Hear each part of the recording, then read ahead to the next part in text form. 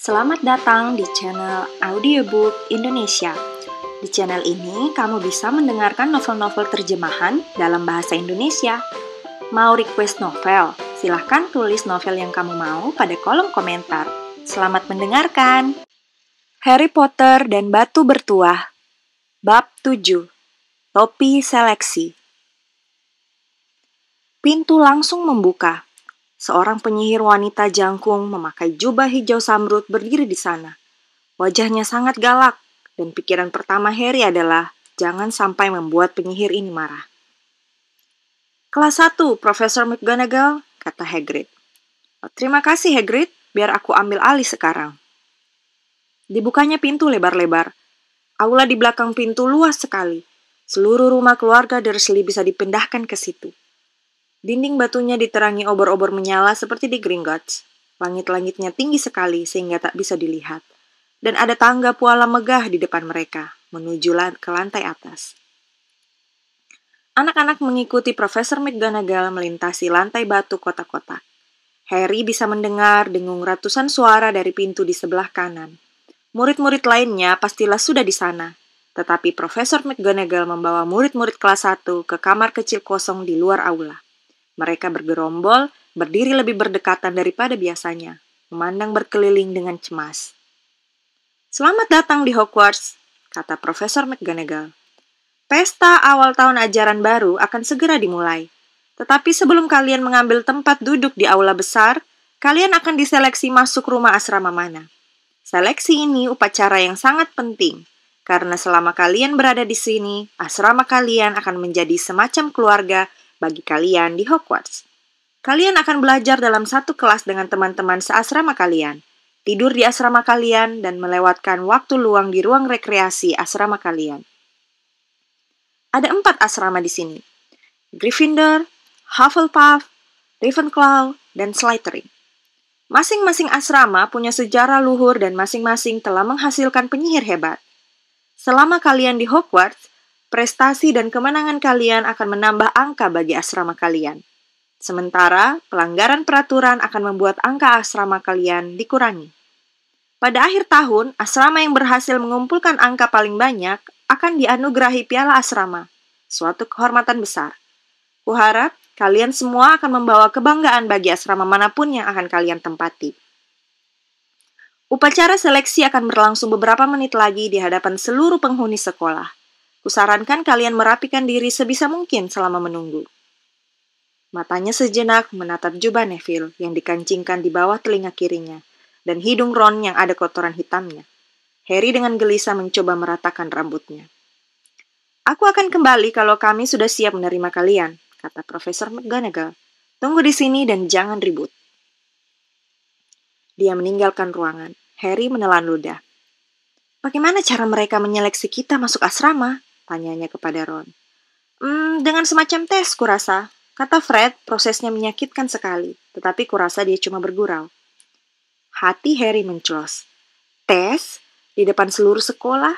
Tetapi dia sama sekali tak tahu apa-apa tentang sihir. Apa yang harus dilakukannya? Dia tidak menyangka akan ada tes begitu mereka sampai. Dia memandang berkeliling dengan cemas dan melihat bahwa anak-anak lain juga sama takutnya.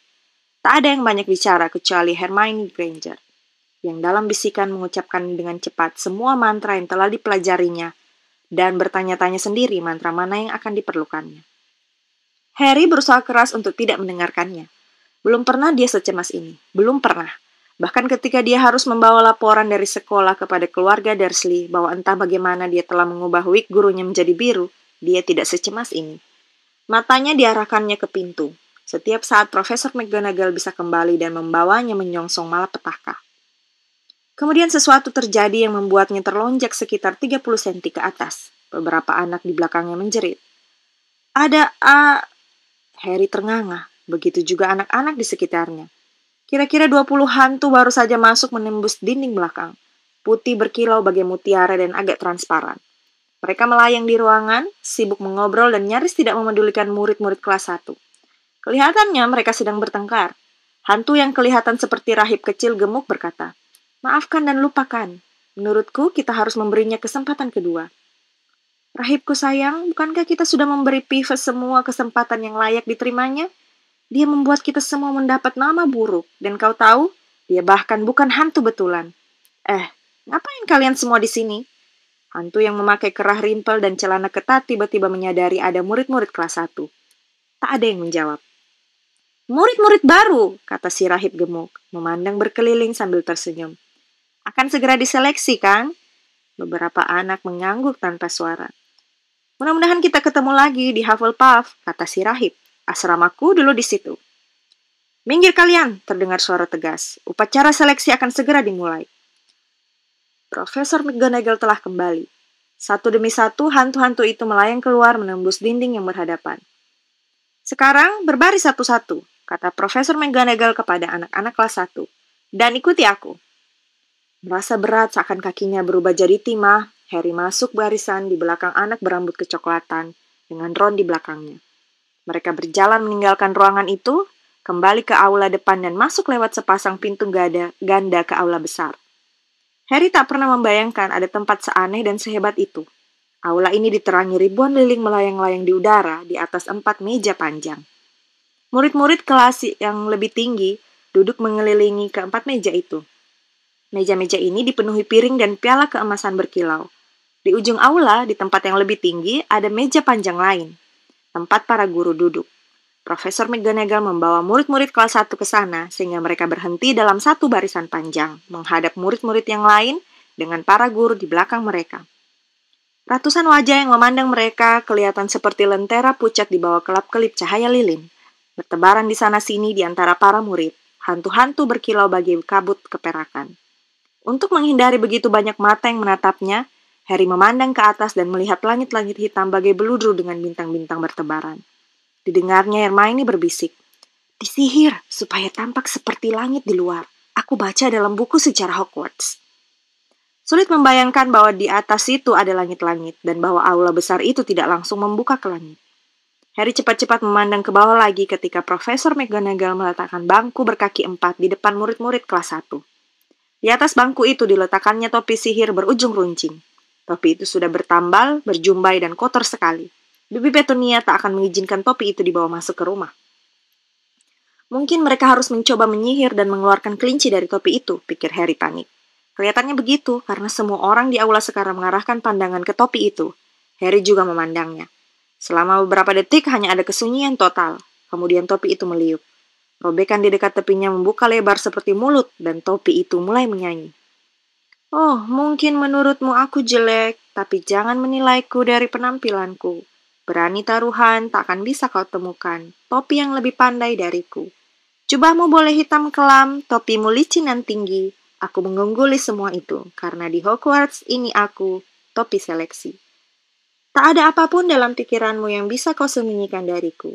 Jadi pakailah aku dan kau akan kuberitahu asrama mana yang cocok untukmu.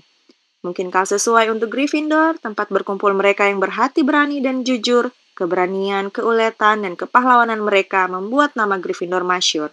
Mungkin juga Hufflepuff lah tempatmu, bersama mereka yang adil dan setia. Penghuni Hufflepuff sabar dan loyal, kerja keras bukan beban bagi mereka. Atau siapa tahu di Ravenclaw, kalau kau cerdas dan mau belajar, ini tempat para bijak dan cendekia, ajang berkumpul mereka yang pintar. Atau bisa juga di Slytherin, kau bisa menemukan teman sehati. Orang-orang licik ini menggunakan segala cara untuk mendapatkan kepuasan pribadi. Jadi segeralah pakai aku, janganlah takut dan janganlah ragu. Dijamin kau akan aman karena aku topi seleksimu. Seluruh aula meledak dalam tepuk tangan riuh rendah ketika topi itu mengakhiri nyanyiannya. Topi itu membungkuk ke arah 4 meja dan kemudian diam lagi. Jadi kita harus memakai topi itu, Ron berbisik kepada Harry. Kubunuh Fred. Dia bilang kita harus berkelahi dengan troll. Harry tersenyum lemah. Ya, memakai topi memang jauh lebih baik daripada menyihir. Tetapi sebetulnya dia lebih suka kalau bisa melakukannya tanpa ditonton semua orang. Topi itu rasanya menuntut terlalu banyak. Harry tak merasa berani ataupun cerdas atau apapun juga pada saat ini. Kalau saja topi itu menyebutkan asrama bagi mereka yang merasa gelisah dan mau muntah, asrama itulah yang paling cocok untuknya. Profesor McGonagall maju memegangi gulungan perkamen panjang. Yang disebut namanya harap maju dan memakai topi, lalu duduk di atas bangku untuk diseleksi, katanya. Abbott Hannah, Seorang anak perempuan berwajah merah dengan rambut pirang di buntut kuda keluar dari barisan, memakai topi yang langsung melorot menutupi matanya dan duduk. Sejenak kemudian, Hufflepuff! Teriak si topi. Meja di sebelah kanan bersorak dan bertepuk tangan ketika Hannah mendekat dan duduk di meja Hufflepuff. Harry melihat hantu rahib gemuk melambai-lambai tangan dengan gembira ke arah Hannah. Bones Susan! Hufflepuff! Teriak si topi lagi, dan Susan berlari untuk duduk di sebelah Hannah. Bot Terry! Ravenclaw! Meja kedua dari kiri berganti bertepuk kali ini. Beberapa anak Ravenclaw berdiri untuk berjabat tangan dengan Terry ketika dia telah bergabung dengan mereka. Brocklehurst Mandy juga ke Ravenclaw. Tetapi Brown Lavender menjadi anggota baru Gryffindor yang pertama dan meja di ujung kiri meledak bersorak-sorai. Harry melihat kedua kakak kembar Ron berteriak-teriak. Yang berikutnya, Bulstrode Millicent. Untuk Slytherin, mungkin hanya sekedar bayangan Harry, segala sesuatu yang didengarnya tentang Slytherin, tetapi baginya anak-anak Slytherin kelihatannya tidak menyenangkan. Harry benar-benar mau muntah sekarang. Dia ingat acara pemilihan regu olahraga di sekolahnya yang dulu. Dia selalu dipilih paling belakangan. Bukan karena dia tidak bisa berolahraga, tetapi karena tak seorang pun mau Dudley mengira mereka menyukai Harry. Finch Fletchley Justin Hufflepuff. Kadang-kadang, Harry memperhatikan si topi langsung meneriakkan nama asrama, tetapi bisa juga lama baru memutuskan. Finnegan Sims, anak laki-laki berambut coklat di depan Harry, duduk di bangku hampir semenit penuh sebelum si topi memutuskan Gryffindor untuknya. Granger Hermione. Hermione nyaris lari ke bangku dan dengan bersemangat memasang topi di kepalanya. Gryffindor! Teriak si topi. Ron mengeluh. Pikiran mengerikan melintas di benak Harry. Seperti biasa, pikiran mengerikan selalu muncul bila kau sedang sangat cemas. Bagaimana jika dia tidak dipilih? Bagaimana kalau dia duduk terus di atas bangku dengan topi menutupi kepalanya sampai Profesor McGonagall mencopotnya dari kepalanya dan menyatakan bahwa jelas ada kekeliruan, lalu menyuruhnya kembali ke kereta? Ketika Neville Longbottom, anak yang selalu kehilangan kataknya, dipanggil namanya, dia terjatuh waktu berjalan ke bangku. Si topi perlu waktu lama untuk mengambil keputusan bagi Neville. Ketika akhirnya topi itu meriahkan, Gryffindor! Neville berlari masih memakai topi itu, dan terpaksa kembali di tengah riuhnya tawa untuk memberikannya kepada McGonagall Murray. Malfoy berjalan dengan shock ketika namanya dipanggil dan keinginannya langsung terkabul. Begitu menyentuh kepalanya, si topi langsung berteriak, Slytherin! Malfoy bergabung dengan teman-temannya, Crabbe dan Goyle. Wajahnya kelihatan puas. Tidak banyak lagi yang tinggal sekarang. Moon, Nut, Parkinson, kemudian sepasang gadis kembar, Patil dan Patil, kemudian Perks, Sally Ann, dan kemudian akhirnya Potter, Harry. Saat Harry melangkah ke depan, bisik-bisik tiba-tiba menjalar seperti api yang mendesis di seluruh aula. Potter, dia menyebut begitu? Si Harry Potter yang itu? Hal yang terakhir yang dilihat Harry sebelum topi menutupi matanya adalah anak-anak seaula menjulurkan leher agar bisa melihatnya lebih jelas. Detik berikutnya yang kelihatan adalah bagian dalam topi yang hitam. Dia menunggu. Terdengar suara kecil di telinganya. Sulit, sangat sulit. Keberanian besar rupanya. Otak juga encer, ada bakat. Oh, astaga, ya. Dan kehausan untuk membuktikan diri. Itu menarik. Jadi sebaiknya di mana kau kutempatkan? Harry mencengkram tepi bangku dan membatin. Jangan Slytherin, jangan Slytherin. Jangan Slytherin, ha? Kata suara kecil itu. Kau yakin? Kau bisa jadi penyihir hebat loh. Semua ada di kepalamu. Dan Slytherin bisa membantumu mencapai kemasyhuran. Tidak diragukan lagi. Tidak. Ya, kalau kau yakin, lebih baik Gryffindor. Harry mendengar si topi meneriakkan kata terakhir itu ke aula. Dia mencopot topinya dan berjalan dengan gemetar menuju meja Gryffindor. Dia lega sekali sudah dipilih dan tidak ditempatkan di Slytherin, sehingga dia nyaris tidak memperhatikan bahwa dia mendapat sambutan yang paling meriah. Percy si prefek bangkit dan menjabat tangannya dengan penuh semangat. Sementara si kembar Weasley memaki. Kami dapat Potter! Kami dapat Potter! Harry duduk berhadapan dengan hantu berkerah rimpel yang sebelumnya sudah dilihatnya. Si hantu mengelus lengannya membuat Harry merasa dia mendadak dicemplungkan ke dalam seember es. Harry bisa melihat meja tinggi dengan jelas sekarang.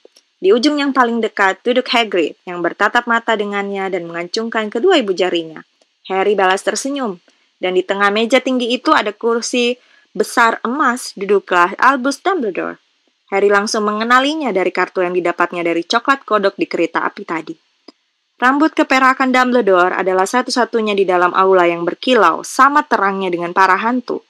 Harry melihat Profesor Quirrell juga, si laki-laki muda gugup yang ditemuinya di Leaky Cauldron. Profesor Quirrell kelihatan aneh sekali dengan memakai turban besar ungu. Sekarang tinggal 3 anak lagi untuk diseleksi. Thomas Dean, seorang anak laki-laki berkulit hitam dan lebih tinggi dari Ron, bergabung dengan Harry di meja Gryffindor. Turpin Lisa menjadi anggota Ravenclaw dan kemudian tibalah giliran Ron. Ron sudah pucat pasi sekarang. Harry menyilangkan jari di bawah meja, mengharap keberuntungan, dan sedetik kemudian si topi berteriak, Gryffindor! Harry bertepuk keras bersama yang lain, sementara Ron terenyak duduk di kursi sebelahnya. Bagus sekali, Ron. Hebat, kata Percy Weasley bangga, sementara Zabini Blaise dinyatakan masuk Slytherin. Profesor McGonagall menggulung perkamennya dan mengambil kembali si topi seleksi. Harry menatap piring emasnya yang kosong. Dia baru sadar betapa laparnya dia. Pastel labu tadi serasa sudah seabad lamanya. Albus Dumbledore sudah berdiri. Dia tersenyum kepada anak-anak. Lengannya terbuka lebar-lebar seakan tak ada yang lebih membuatnya senang daripada melihat mereka semua ada di sana. Selamat datang, katanya. Selamat datang untuk mengikuti tahun ajaran baru di Hogwarts. Sebelum kita semua mulai acara makan kita, aku ingin menyampaikan beberapa patah kata. Inilah dia. Dungu, gendut, aneh, jewer. Terima kasih. Dia duduk kembali, semua anak bertepuk tangan dan bersorak. Harry tak tahu apakah dia harus tertawa atau tidak. Apa dia agak sinting? Tanyanya ragu-ragu kepada Percy. Sinting? Kata Percy dibuat-buat. Dia jenius, penyihir paling hebat di dunia. Tetapi dia memang agak sinting ya. Kentang, Harry? Mulut Harry ternganga. Piring-piring di depannya sekarang penuh berisi makanan. Belum pernah dia melihat begitu banyak makanan yang ingin dimakannya terhidang di satu meja. Daging sapi panggang, ayam, babi, kambing, sosis, daging asap, steak, kentang goreng, kentang rebus, puding, kacang, wortel, kaldu, saus tomat, bahkan permen pedas. Keluarga Dursley memang tidak membuat Harry kelaparan, tetapi dia tidak pernah diizinkan makan sebanyak yang dia inginkan. Dudley selalu mengambil apa saja yang diinginkan Harry, meskipun itu membuatnya sakit perut kekenyangan. Harry mengisi piringnya dengan semua makanan sedikit-sedikit, kecuali permen pedas, lalu mulai makan. Semuanya enak. Kelihatannya enak, kata hantu berkerah rimpel dengan sedih, memandang Harry mengiris steaknya. Tak bisakah kau... Aku sudah tidak makan selama hampir 400 tahun, kata si hantu. Tidak perlu sih memang, tapi kadang-kadang kepingin juga. Kurasa aku belum memperkenalkan diri. Sir Nicholas the Mimsy Parpington siap melayani Anda, hantu menara Gryffindor. Aku tahu siapa kau, kata Ron tiba-tiba. Kakak-kakakku sudah bercerita tentang kau. Kau Nick si kepala nyaris putus. Aku lebih suka kalian memanggilku Sir Nicholas the Mimsy, kata si hantu kaku. Tetapi Seamus Finnegan, si rambut coklat menyela. Kepala nyaris putus?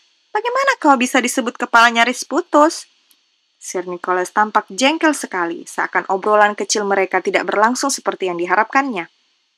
Begini, katanya sebal. Dia memegang telinga kirinya lalu menariknya. Seluruh kepalanya terlepas dari lehernya dan jatuh ke bahunya, seakan tergantung pada engsel. Jelas ada orang yang mencoba memenggal kepalanya, tetapi tidak melakukannya dengan sempurna. Puas melihat kekagetan mereka, Nick si kepala nyaris putus mengembalikan kepala ke lehernya, berdehem dan berkata, Jadi, anggota baru Gryffindor, kuharap kalian akan membantu kami memenangkan kejuaraan antar asrama tahun ini. Belum pernah Gryffindor tidak menang sampai selama ini. Slytherin mendapatkan piala selama 6 tahun berturut-turut. Si Baron berdarah itu sudah menjadi shock dan menyebalkan sekali. Dia hantu Slytherin. Harry memandang ke meja Slytherin dan melihat hantu mengerikan duduk di sana dengan mata menatap kosong, wajah pucat dan jubah penuh bercak darah keperakan. Dia duduk di sebelah Malfoy dan Harry girang melihat Malfoy kelihatannya tidak senang dengan pengaturan tempat duduk ini. Bagaimana dia bisa berlumuran darah begitu? Tanya Seamus penuh ingin tahu. Aku tak pernah tanya, jawab Nick si kepala nyaris putus. Ketika semua sudah makan sekenyang mungkin, sisa makanan lenyap begitu saja dari piring-piring, dan piring-piring langsung bersih berkilauan seperti semula. Sesaat kemudian makanan penutup bermunculan, aneka puding, es krim segala rasa, pie apel, kue tar karamel, sus coklat, donat coklat, selai, kacang, madu, jelly. Ketika Harry mengambil tar karamel, pembicaraan beralih ke keluarga. Aku setengah-setengah, kata Seamus. Ayahku magel, ibuku baru memberitahu dia sesudah menikah. Bayangkan, betapa kagetnya ayah. Mereka semua tertawa. Kalau kau bagaimana, Neville? Aku dibesarkan nenek dan dia penyihir, kata Neville. Tetapi selama bertahun-tahun seluruh keluarga mengira aku magel. Adik nenekku, kakek Algie, berkali-kali menjebakku untuk memancing keluarnya sihir dariku. Bahkan dia pernah mendorongku sampai jatuh dari dermaga. Aku nyaris tenggelam. Tapi tak ada yang terjadi sampai aku berumur 8 tahun. Kakek Algie datang untuk minum teh bersama kami dan dia memegangiku terbalik pada pergelangan kakiku dari jendela loteng. Ketika adiknya, Nenek Enid, menawarinya kue manis dan tak sengaja dia melepas pegangannya. Tetapi aku selamat, melambung begitu saja di kebun lalu ke jalan. Mereka senang sekali. Nenek sampai menangis saking senangnya. Dan kalian seharusnya melihat wajah mereka waktu aku masuk. Soalnya mereka tidak mengira aku punya kekuatan sihir untuk bisa masuk lagi. Kakek Algie puas sekali sehingga dia membelikan aku katak itu. Di sisi lain, Harry, Percy Weasley, dan Hermione membicarakan pelajaran. Kuharap mereka langsung memulai pelajaran. Banyak sekali yang harus dikupelajari. Aku terutama tertarik pada transfigurasi. Tahu kan, mengubah sesuatu menjadi sesuatu yang lain.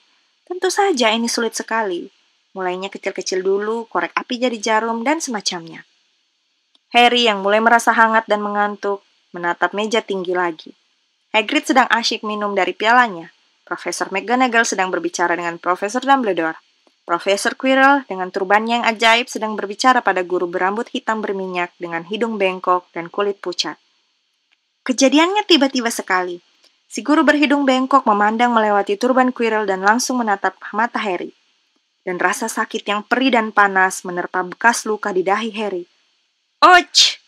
Harry menempelkan tangan di dahinya. "Ada apa?" tanya Percy. Tidak ada apa-apa." Rasa sakit itu lenyap sama cepatnya dengan datangnya. Yang lebih sulit dihilangkan adalah perasaan yang didapat Harry dari pandangan guru tadi. Perasaan bahwa dia sama sekali tidak menyukai Harry. "Siapakah guru yang sedang berbicara dengan Profesor Quirrell?" tanya Harry kepada Percy. "Oh, kau sudah kenal Quirrell ya? Tidak heran, dia kelihatan begitu gelisah." "Oh, itu Profesor Snape. Dia mengajar ramuan, tetapi sebetulnya tidak mau. Semua orang tahu dia menginginkan jabatan Quirrell. Si Snape itu tahu banyak tentang sihir hitam." Selama beberapa waktu, Harry mengawasi Snape, tetapi Snape tidak memandangnya lagi. Akhirnya makanan penutup juga lenyap dan Profesor Dumbledore berdiri lagi. Aula langsung senyap. Cuma beberapa kata lagi, dan setelah kita kenyang makan dan minum, ada beberapa pengumuman awal tahun ajaran yang akan kusampaikan. Murid-murid kelas 1 harus tahu bahwa hutan di sekeliling halaman itu terlarang untuk dimasuki bagi siapa saja. Dan beberapa murid kelas lebih tinggi sebaiknya juga ingat ini. Mata Dumbledore yang bersinar terarah kepada si kembar Weasley. "Aku juga diminta oleh Mr. Filch, penjaga sekolah, untuk mengingatkan kalian semua bahwa sihir tak boleh digunakan pada saat pergantian kelas di koridor-koridor. Pemilihan pemain Quidditch akan diadakan pada minggu kedua semester ini. Siapa saja yang berminat bermain untuk tim asramanya, silakan menghubungi Madam Hooch." Dan yang terakhir, aku harus menyampaikan kepada kalian bahwa tahun ini koridor lantai 13 sebelah kanan sebaiknya dihindari oleh mereka yang tak ingin mati penuh penderitaan. Harry tertawa, tetapi dia hanya salah satu dari sedikit yang tertawa. Dia tidak serius, kan? Dia bergumam kepada Percy. Serius, kata Percy, seraya mengerutkan kening memandang Dumbledore.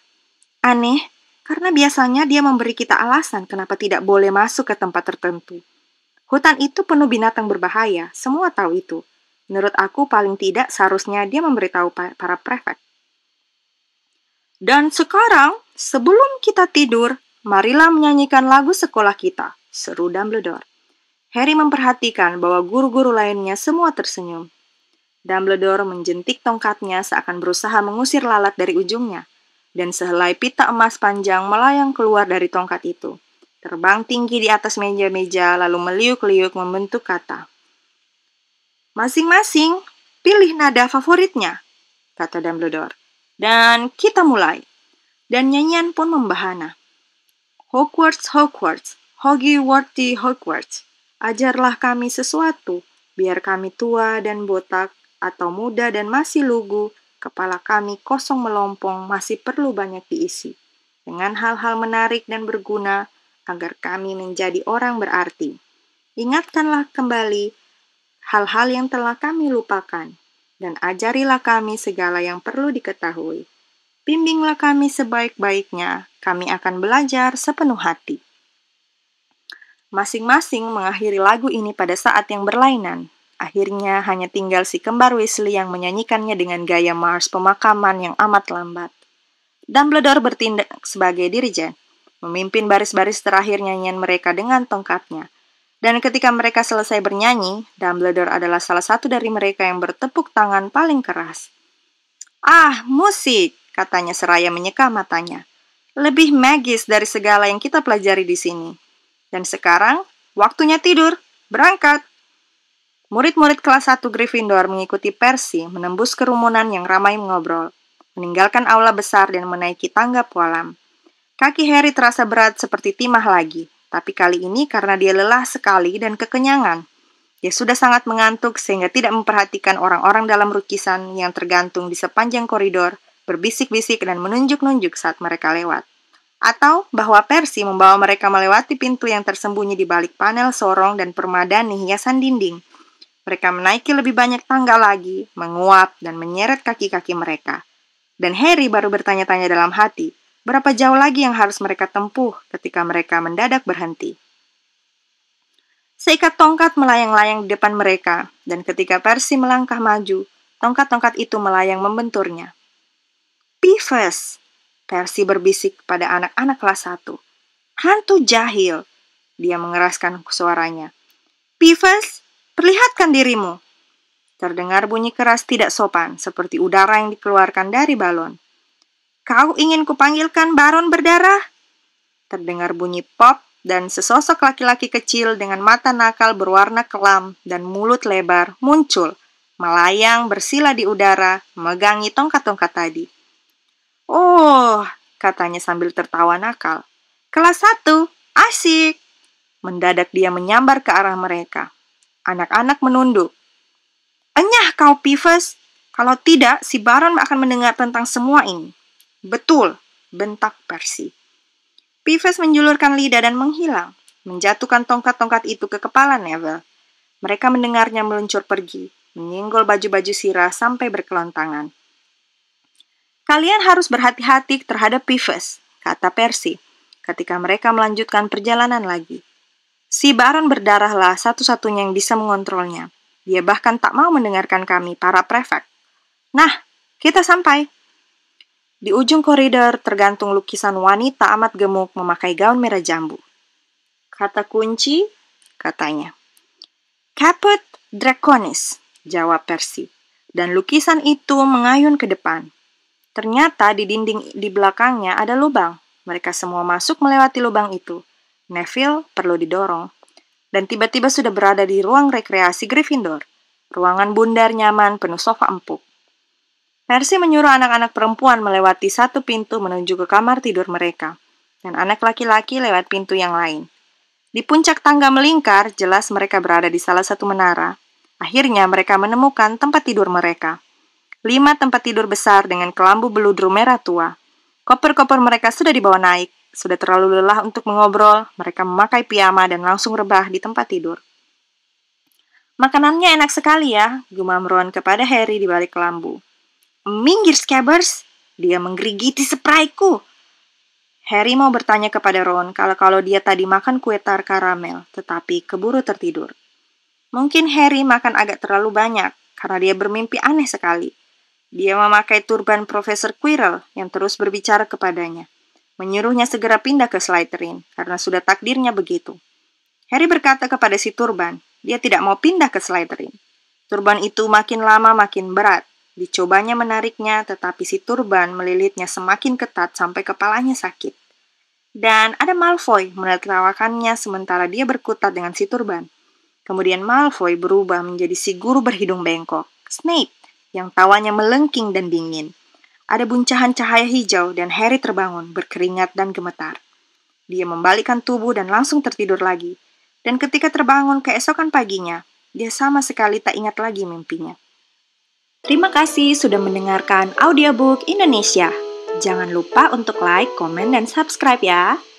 Jika kamu tidak ingin ketinggalan bagian novel berikutnya, silahkan klik tombol lonceng pada bagian bawah video ini.